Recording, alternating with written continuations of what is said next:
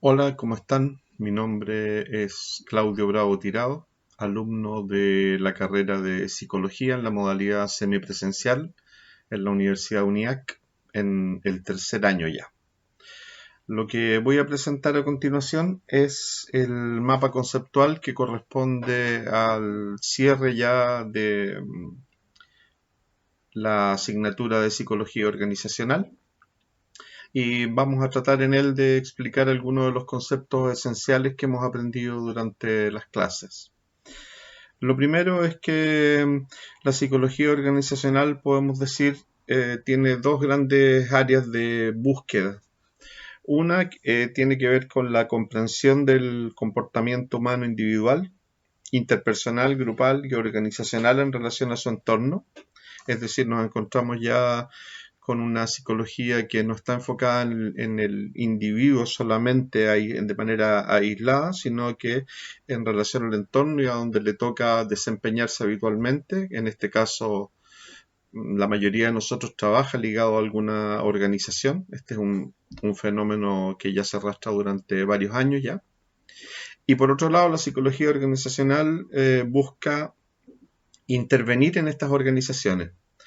Eh, el sentido de la intervención, ya lo vamos a detallar después un poquito más adelante de manera más específica, tiene que ver con cómo se pueden optimizar el funcionamiento y el resultado de esta organización, es decir, cómo se puede producir mejor, pero considerando, cierto, que estamos trabajando con personas y que debemos preocuparnos también por la salud mental de estas. En este sentido, entendemos a la organización como un sistema social relacional dado por los seres humanos de manera voluntaria, con con el propósito de actuar de manera conjunta para el logro de ciertos objetivos. ¿Sí? Es decir, la organización no es algo que se nos imponga, sino que es algo que los seres humanos hemos creado para poder conseguir objetivos de manera un poco más expedita.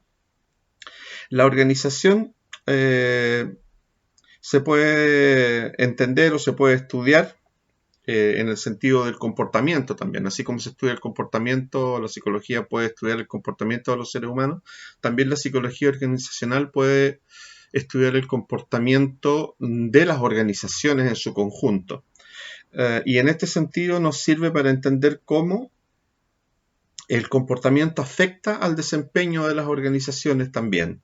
En este sentido, ahí podemos entender que se produce una influencia sobre diferentes variables, sobre la motivación, sobre el liderazgo, sobre la satisfacción y sobre el poder. ¿Sí? No voy a detallar cada uno de ellos, pero si entendemos la motivación como el deseo, la voluntad que tiene alguien de hacer algo, ¿cierto? Vamos a entender que es importantísimo el poder entender cuáles son los mecanismos que activan la motivación de un trabajador en una organización, ¿cierto? Lo mismo los tipos de liderazgo, ¿cierto? Si entendemos al liderazgo como la capacidad que tiene alguien de estimular a los otros para que hagan una tarea, para influir en los otros, también comprenderemos lo importante que resulta. Lo mismo la satisfacción y el poder.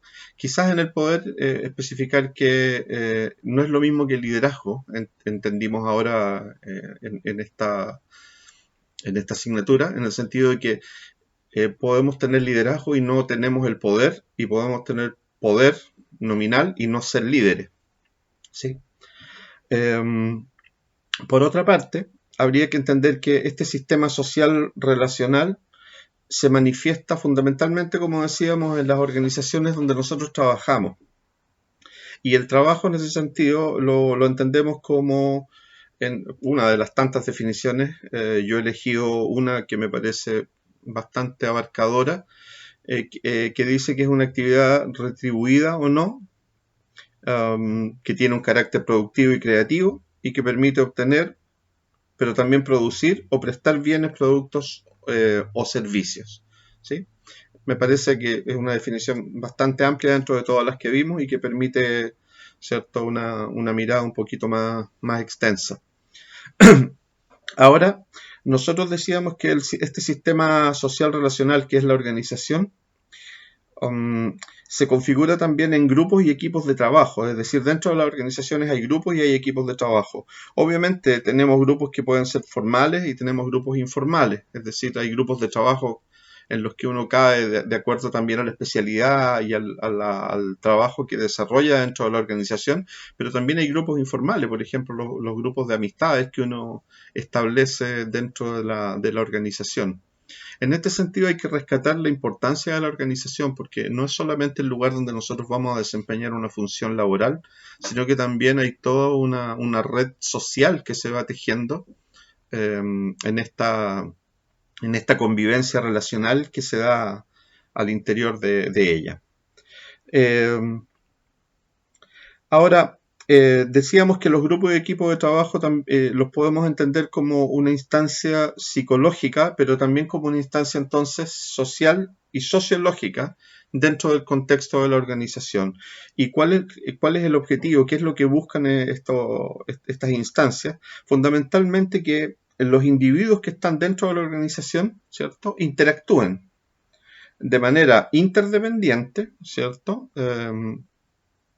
Pero por otro lado, también esta interdependencia, lo más importante es que sea en pos de un objetivo común. ¿Sí? Um, ya lo del objetivo común y para qué está construida o para qué, cuál es el objetivo que tiene la organización, vamos a ver que también en algún momento puede modificarse de manera incluso a veces quizás involuntaria. Y lo que puede acarrear también después lo que vamos a ver son algunas psicopatologías laborales. Um, Dentro de la organización también nosotros podemos distinguir tres estadios, ¿sí? Entendemos uno de ellos como el de la industrialización clásica, ¿cierto?, que abarca hasta finales de la Segunda Guerra Mundial, ¿cierto?, donde nosotros encontramos una burocracia muy fuerte, encontramos, ¿cierto?, el que la tecnología también empieza de alguna manera a desarrollarse. Por otro lado, también tenemos después un estadio que es conocido como el de la industrialización neoclásica, ¿sí?, que es posterior al final de la Segunda Guerra Mundial, ¿sí?, y donde también aparecen nuevas formas de organización, nuevas maneras de tomar decisiones. Y después la era de la información, donde lo más importante aquí ya no va a ser tanto la producción industrial, sino que el conocimiento y las nuevas tecnologías de la información.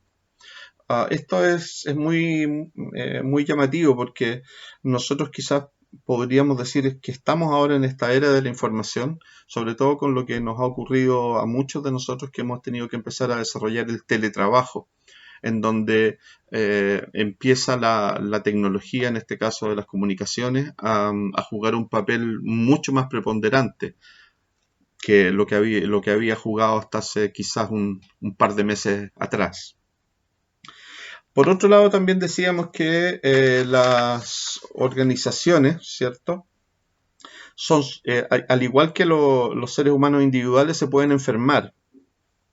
Y ahí aparece este concepto de organizaciones paranogénicas, que se definen por su incapacidad de establecer relaciones de seguridad y confianza entre los individuos que se desenvuelven al interior de ellas. Las causas para que una organización se convierta en paranogénica se clasifican fundamentalmente en tres. Una es la ruptura del sistema de tareas organizacionales, otra la activación de procesos grupales regresivos y por último la predisposición latente a la regresión paranoide. ¿Sí? Las organizaciones paranogénicas producen psicopatologías del trabajo. No las voy a detallar todos también porque sería extenderme demasiado, pero es muy interesante cómo se aborda este tema, porque si bien reconocen algunos autores las enfermedades laborales parece que no incluyeran a estas psicopatologías del trabajo, ¿sí? Es decir, el burnout, la depresión, la violencia, el acoso, la hiperactividad, las adicciones, el suicidio y el desempleo, si uno las leyera así nada más, parecieran no estar necesariamente asociadas al trabajo, pero sin embargo se ha estudiado que el trabajo y la manera en que la organización, ¿cierto?, se desenvuelve y que el individuo eh, se desenvuelve en ella, eh, haría considerar que hay psicopatologías del trabajo muy específicas, ¿sí? Um, Ahora, estas psicopatologías del trabajo implican también que una organización puede ser intervenida, en estos casos sobre todo más extremos todavía. Um, Esta intervención la realiza un consultor que por supuesto también ha tenido experiencias. Entendemos que el consultor no tiene necesariamente que ser un psicólogo, pero sí tener una formación y un background, ¿cierto?, experiencial al respecto, por haber trabajado en organizaciones y por haber hecho intervenciones anteriores. Y entendemos también que ahí se da un elemento subjetivo que es muy importante, que no habría que dejar fuera. También resulta interesante una reflexión que se hace al respecto, y es que en la intervención, ¿cierto?, sería interesante eh, o la intervención sería interesante que naciera de parte de los propios trabajadores de la organización y no siempre de los directivos de la organización, porque uno podría entender que hay ahí una intención que no necesariamente tiene que ver con la salud mental de los trabajadores. Entendemos que hay varios modelos de intervención, como el modelo de desarrollo, el dialéctico reflexivo, que fue lo que más estudiamos nosotros en la tercera unidad, el coaching, el modelo por competencias y el de Kaizen, ¿sí? Y por último, perdón, el de reingeniería de proceso.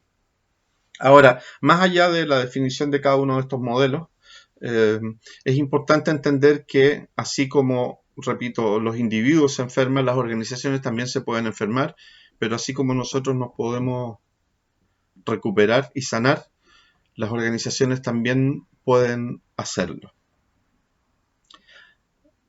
Esa es la presentación que hago del mapa conceptual que he desarrollado.